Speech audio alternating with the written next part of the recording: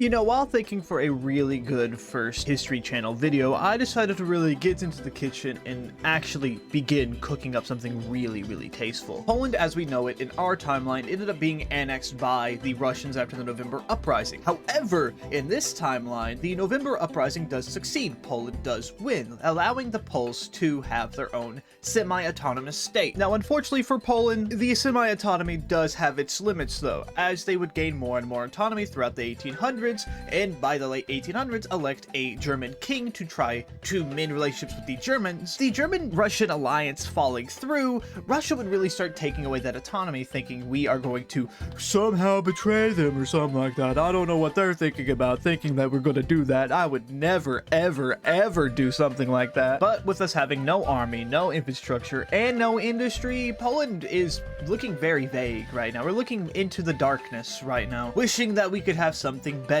And with the current government focusing on an economic focus standard, the better would come, as the small kingdom would focus on a more liberalism economic policy for a free capitalist market for all Poles to enjoy. Meanwhile, in the streets of Warsaw and Lodz, independence movements would begin happening, as again, more autonomy would be required for the Polish people as they would demand more and more autonomy. With us improving the quality of life to our southern regions of our nation, as well as investing into the University of Warsaw, our people are now well equipped with funding and education that Poland can now start to slowly secede away from Russia economically. Unfortunately for Poland, while the country is experiencing this economic boom in their industry, pro-Prussian protests would definitely be taken on the streets, especially with the independence movements constantly growing. You would have far-right and far-left parties constantly try to ramp up more protests in defiance of the Russian government. Now, the government would not be fully opposed to the protest movements, right? They would want the independence of Poland. They've been trying to get the autonomy for it, so seeing these protests really helps out the Polish government's motive. However, the ideologies of the party may be a little bit taken aback to the government's, but that's for a later problem, right? First, we should get our independence, and then we can focus about our radicalization later, you know? It's not like anything bad could happen from it, right? Right.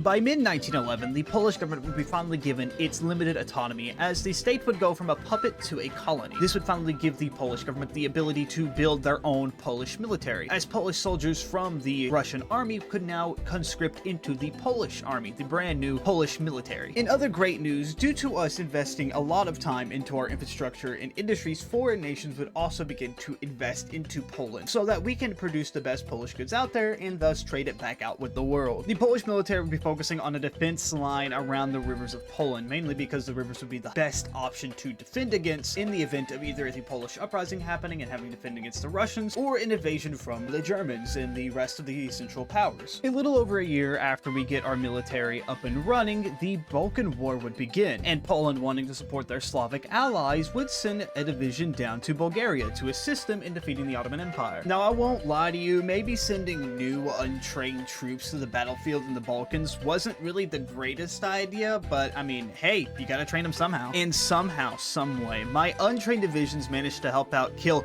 20,000 Ottomans!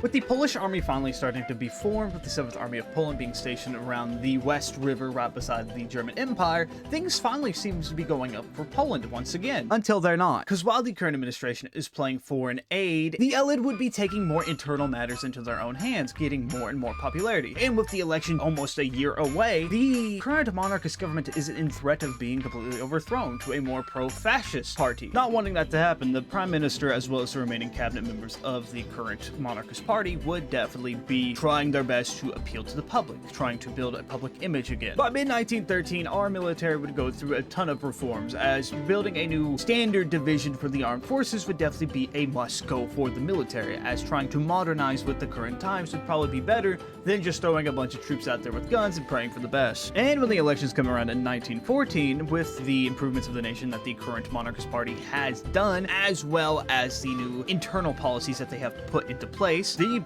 monarchist party would win by a landslide, having the majority with 58% of the population voting for them again. However, that would be the last good news the Kingdom of Poland would receive. As of the eve of June 10th, 1914, Franz Ferdinand would be shot and killed in Bosnia. sending panic across all of Europe. Now, I do want to point out, at the beginning of the conflict, I did my best to stay neutral, right? I tried making amends with both the Germans, and I tried to convince the Russians to, hey, let me stay out of this. It's a lot less of a border you gotta protect. But no, you know, we can't just have nice things here in Poland. We get dragged into this fucking thing, right? So we have to fight for not only our freedom against the Germans, and also the nation that said, hey, you know, if you collaborate with us, we can give you freedoms, but also send Polish men to die in a war that doesn't involve us. What the fuck? Now, as you can clearly tell, we do not have the manpower necessary to fight this war, nor do we really have the strength to fight this war. The Germans are more capable than us, but we do handle ourselves quite well, as our divisions can hold the lines for us, and the Russians as well. I also want to point out, a little while after the Second Balkan War, once Bulgaria lost and the Russians felt a little bit isolated with their Slavic allies, they would grant Poland more autonomy, as the Poles would of course recommend it, due to the fact of not wanting Poland to uprise as a conflict with the Germans come more and more to reality, as it seemed like. However, now it is wartime, which means it's time for a war montage.